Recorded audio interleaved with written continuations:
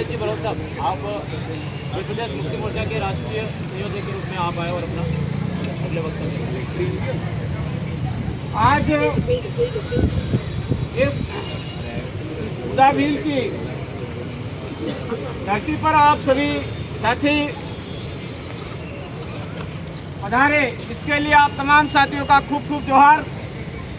साथियों, आज हम यहाँ पर जो विरोध प्रदर्शन कर रहे हैं, ये कहीं ना कहीं आदिवासियों को विस्थापित किया जा रहा है, इसकी वजह से हम कर रहे हैं। लेकिन हम इसको गहराई से समझना चाहते हैं तो हमको समझना होगा हमारा इतिहास। उस इतिहास में आप लोगों ने ये अच्छी तरह से पढ़ा है, समझा है, जाना है कि हमारे इलाके के अंदर इस मातृभूमि की रक्षा के लिए राजपूत समुदाय, हमारा मुस्लिम समुदाय और आदिवासी समुदाय एक साथ में आकर के लड़ा था और इस मातृभूमि की रक्षा की, इस इलाके की रक्षा की। आज के समय में वही हो रहा है। इस इलाके के अंदर इस उदयपुर के लोग यूडीए से, यूआईटी से प्रताड़ित है। ठीक उसी तरह से प्रतापगढ़ का इलाका, डूंगरपुर का इलाका, हमारा सलोबर का इलाका किसी अन्य चीज से परेशान है। कोई वन विभाग के नाम से हमको विस्थापित कर रहा है, कोई रीको के नाम से विस्थापित कर रहा है, कोई नगर पालिका विस्तारीकरण के नाम से विस्थापित कर रहा है, कोई नगर पालिका नई बन रही है उसके नाम से विस्थापित कर रहा है। कुल मिलाकर के जमीनों को छीन करके आदिवासियों को विस्थापित करने का काम पूरे शेड्यूल एरिया के अंदर चल रहा है। हम तमाम साथियों को यह समझने की जरूरत है कि यहाँ पर वन विभाग बाद में आया है, आदिवासी पहले से रहता आया है। यहाँ पर ये यूडीए, यूआईटी बाद में आया है, आदिवासी पहले से रहता आया है। यहाँ पर ये जितने भी सरकारी कार्यालय हैं ये बाद में आए हैं, आदिवासी पहले आया है। आज मूल मालिकों को बेदखल करने का जो काम है वो पूरी तरह से एक साजिश के तौर पर चल रहा है। हम सभी साथियों को ये पता करना चाहिए कि हमारे इलाके के अंदर जो वन विभाग के नाम पर हमारे लोगों को डरा रहे हैं, कहीं पर ऐसा तो नहीं है कि वो बेनामी कहीं ना कहीं अनलीगल तौर पर गुंडे खड़े कर रखे, वो वर्दी पहना करके, ऐसा तो नहीं चल रहा है। कहीं हमारे यहाँ पर जो पुलिस डिपार्टमेंट खड़ा कर रखा है, हमारे सामने दिखाया जाता है कि पुलिस डिपार्टमेंट है, ऐसा तो नहीं है कि पूंजीपतियों ने वर्दी पहना करके गुंडे खड़े कर रखा है, ऐसा तो नहीं कर रखा है। हम सबको ये जानने की जरूरत है, एक एक डिपार्टमेंट को गहराई से आरटीआई के तहत पता करना होगा ये सरकारी नुमाइंदे है या फिर पूंजीपतियों के द्वारा आदिवासियों को दबाने का, आदिवासियों को खत्म करने की साजिश यहाँ पर रची हुई है। हम सबको आज यूनिटी के तौर पर यहाँ पर ही नहीं पूरे देश भर के आदिवासियों के साथ में जो हो रहा है उसको समझने की जरूरत है। मैं ज्यादा बात ना करते हुए आपको यही कहना चाहूंगा कि यहाँ पर ये जो आदिवासियों को विस्थापित करने का जो माध्यम इन्होंने लगाया है, विकास के नाम पर विस्थापन की जो नीति अपनाई है, हम कह रहे हैं कि आप अगर बांध बनाना चाहते हो तो बीचों बीच उदयपुर में बनाइए, कोई बड़ा हॉस्पिटल बनाना चाहते हो तो बीचों बीच उदयपुर में बनाइए। आप अगर कोई ऐसा रोजगार देने जैसी नीति लगाना चाहते हो तो बीचों बीच उदयपुर में लगाइए। जहां दौड़ दौड़ करके आदिवासियों की जमीन छीनने की जो नीति है वो बंद करो, हम इसके खिलाफ है। और यहाँ पर जो यूआईटी, यूडीए वाला जो नीति लगा रखी है इसका हम पुरजोर विरोध करते हैं, ये तुरंत निरस्त होना चाहिए। ज्यादा बात न करते हुए आप तमाम साथियों ने यहाँ प्रतिनिधित्व के तौर पर यहाँ पर आज उपस्थिति दी, इसके लिए आप सब साथियों को, तमाम साथियों को खूब खूब जोहार। जय आदिवासी, जय मध्य प्रदेश, जय संविधान, जय भारत, आप सबकी जय।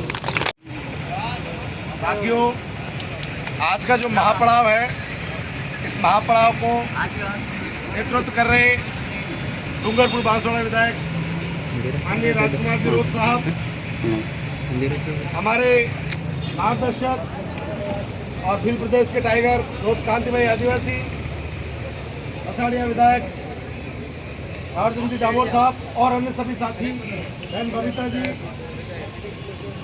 मैं सभी का हिलों की नगरी उदयपुर में हार्दिक जोहार करता हूँ। यूडीए और यूआईटी विशेष तौर पर ये एक तरीका है आपको आपके जमीन से बेदखल करने का।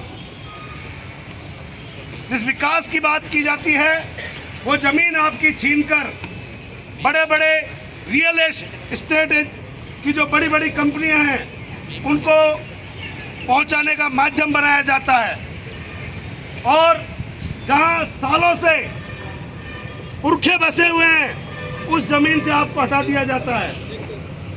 अगर आप देखेंगे तो कई दशक पहले उदयपुर के तमाम चारों ओर 80% से ज्यादा जमीनें भील आदिवासियों की थी, जो आज उनके रहने लायक जगह नहीं बची है।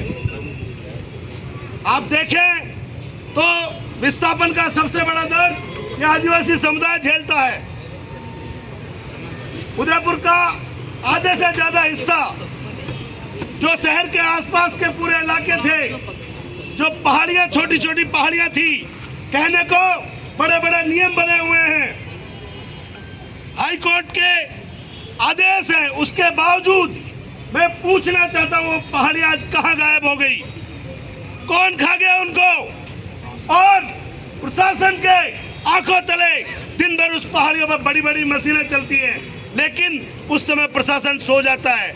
लेकिन अगर शहर से दूर कहीं एक गांव में जहां सदियों से कई पीढ़ियों से एक आदिवासी बसा हुआ है, उस जमीन पे वो छोटा सा अपना केलू वाला घर बनाता है, तो ये प्रशासन वहां जाकर उसका घर तोड़ने पे आमादा हो जाता है।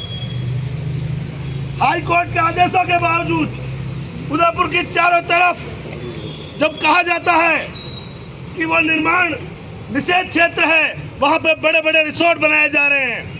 किसके संरक्षण से ये बड़े बड़े रिसोर्ट बनाए जा रहे हैं? मैं जिस इलाके से आता हूं, हमारे कुंभलगढ़ क्षेत्र में वन्यजीव अभ्यारण्य है, नेशनल लेवल का अभ्यारण्य होने की वजह से कहा जाता है कि वहां पर निर्माण नहीं किया जा सकते, लेकिन वन के बीचों बीच बड़े बड़े सेठों और यहाँ तक कि कुंभलगढ़ में अधिकांशतः आज तक जितने अधिकारी वहां नौकरी करके आए हैं, उनमें से 80% की अवैध होटलें वहां पर बनी हुई हैं, जिनमें ज्यादातर निषेध क्षेत्र में बनी हुई हैं। बड़े बड़े राजनेताओं की होटलें वहां बनी हुई हैं। और अभी 2-3 दिन पहले आप सबने अगर अखबारों में पढ़ा हो तो निषेध क्षेत्र को एक मसौदा जो 8 से 8 साल पहले सरकार ने प्रस्तावित किया, क्लियर खुले अक्षरों में लिखा गया कि 8 साल होटल लॉबी और राजनेताओं के संरक्षण की वजह से वो लागू नहीं हो सका।